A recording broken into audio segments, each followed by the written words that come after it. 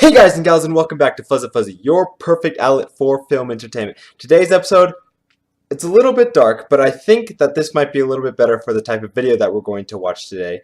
So today we're going to watch Prince or EA, Electronic Arts, and he came out with a new video called Students versus Teachers about 7 hours ago. And what I wanted to do was watch it. I've already seen this once before because my brother came up to me and he showed me the video, and I thought it was actually beautifully crafted, well made, and I just wanted to showcase it on the channel because I loved it so much. So without further ado, let's full screen this up and let me guys showcase the video. Of course, if you want to watch the video without my critiquing into it, there's a link in the description of my video. You can click on that. It sends you immediately to his channel and also sends you to the video. I'm giving this guy kind of my shout out, even though this guy's way bigger than I am.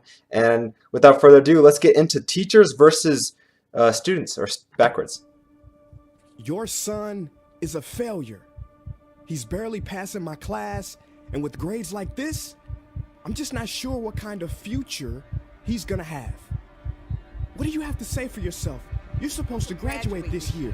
Listen to Mr. Johnson. What kind of future do you think you're gonna have? With all due respect, don't call me a failure. Failure is an event, not a person, in fact.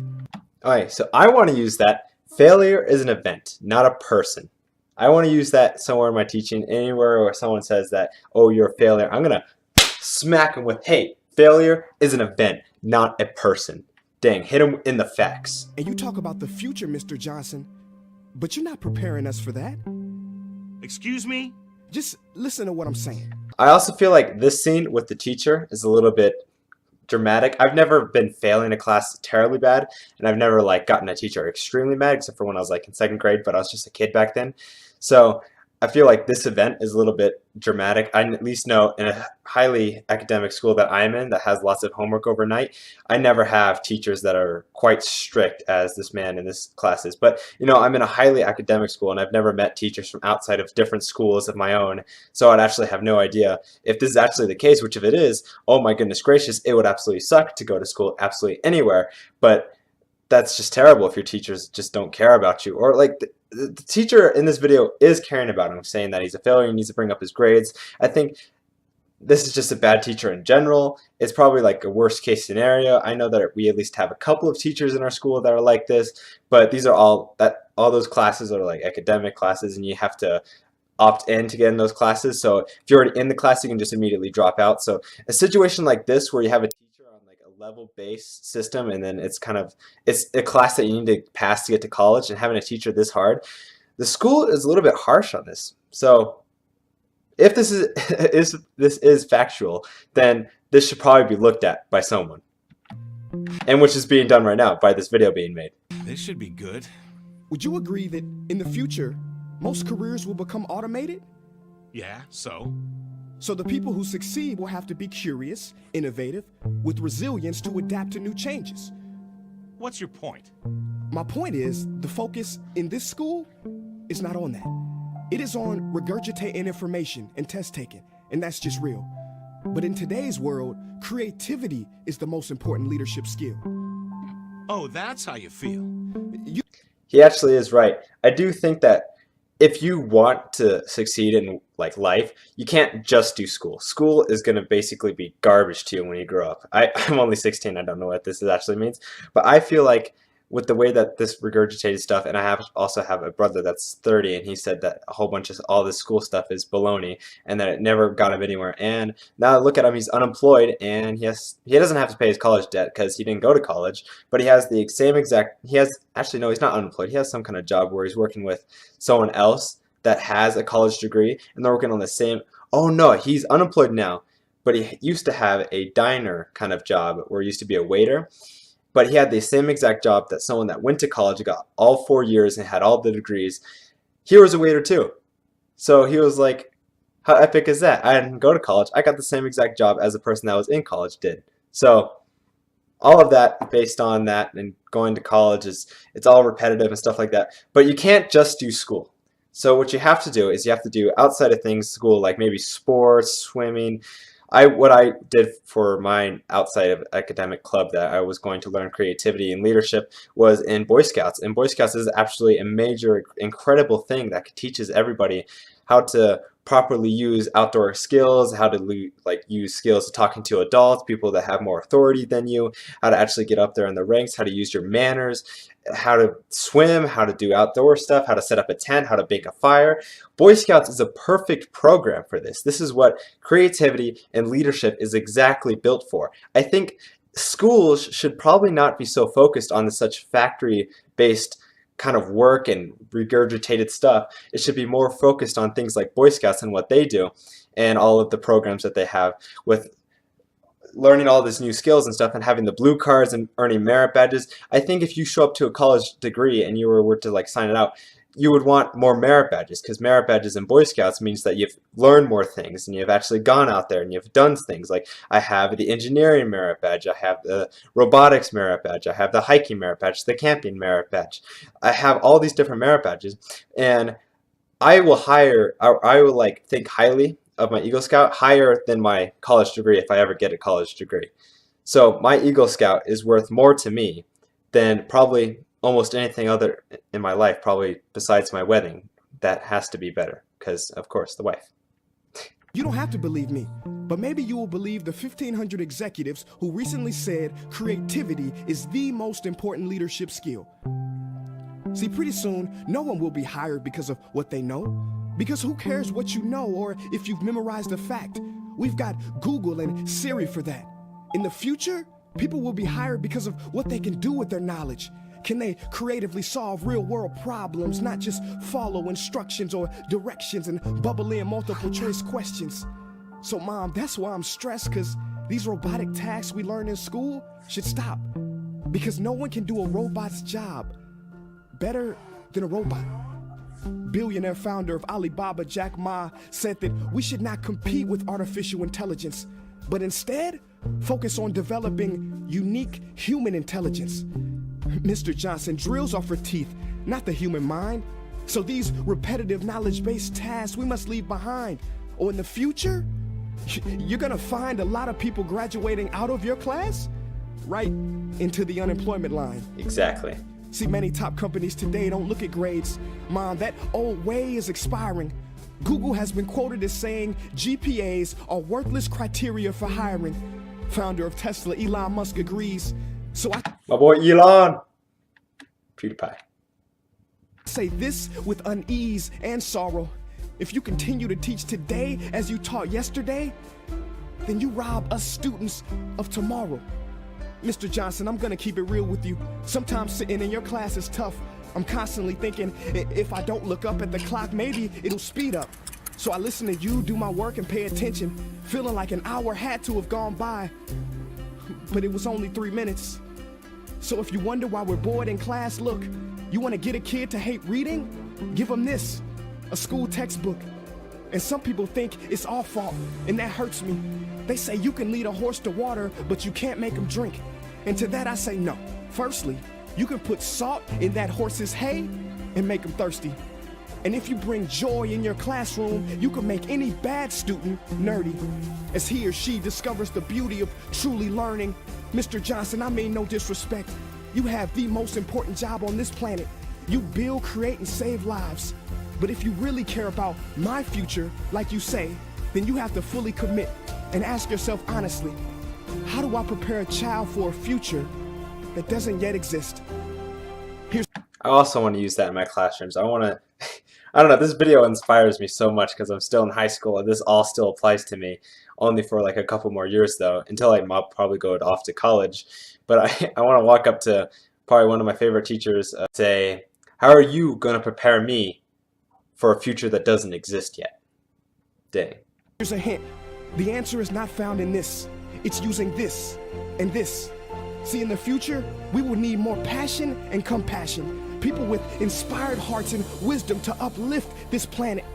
And Mom, I love you, but can I be real? Go ahead. You want to know one of the biggest factors for childhood success? It's not IQ. It's family meals. And we haven't had one of those in a while. See, I know sometimes you don't feel proud, because I may not be a straight A student, but I'm not stupid. These tests may be 70% of my grade, but they're 0% of my future. But don't worry, I'll pass this class and get through this. But I need you to give me the space I need to be me and live true. Because the best feeling in the world is that your own parents get you. There's a passage in a book called The Prophet by Khalil Gibran, and if you don't mind, I'd love to share it with you. Go ahead. See, he says, your children are not your children. They are the sons and daughters of life longing for itself. They come through you, but not from you. And though they... This stuff feels like this quote I don't really agree with fully. I do feel like I am probably property of my parents and that I probably belong to them.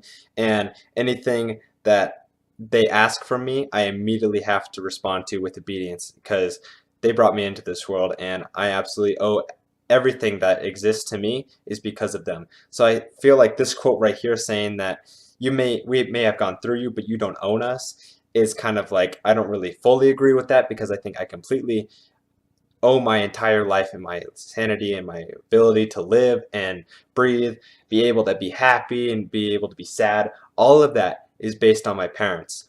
If they didn't exist, of course, none of us would exist. So this passage right here, it kind of loses me, but I can agree on what standpoint he's trying to get at. They are with you, they do not belong to you.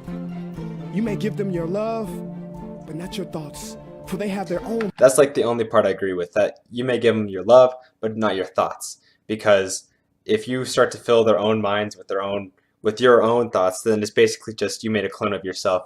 When really, when I think you want to become a parent, you want to make a different version. You want to make the better version of yourself. So giving them some thoughts and giving them things like, don't do that, don't touch the hot grill. Of course, you can continue to help that. But things like politics and what you should believe in should all be up to them. They have to make that choice. You can't make that choice for them because they can tell you that they believe, but it doesn't truly mean that they believe because it's your thoughts. It means that you believe in their thoughts. Thoughts. You may house their bodies, but not their souls, for their souls dwell in the house of tomorrow. So Mom, I'd appreciate it if you give me the love that I need to pursue my dreams. See, if we are to succeed, all three of us need behavior change on all fronts.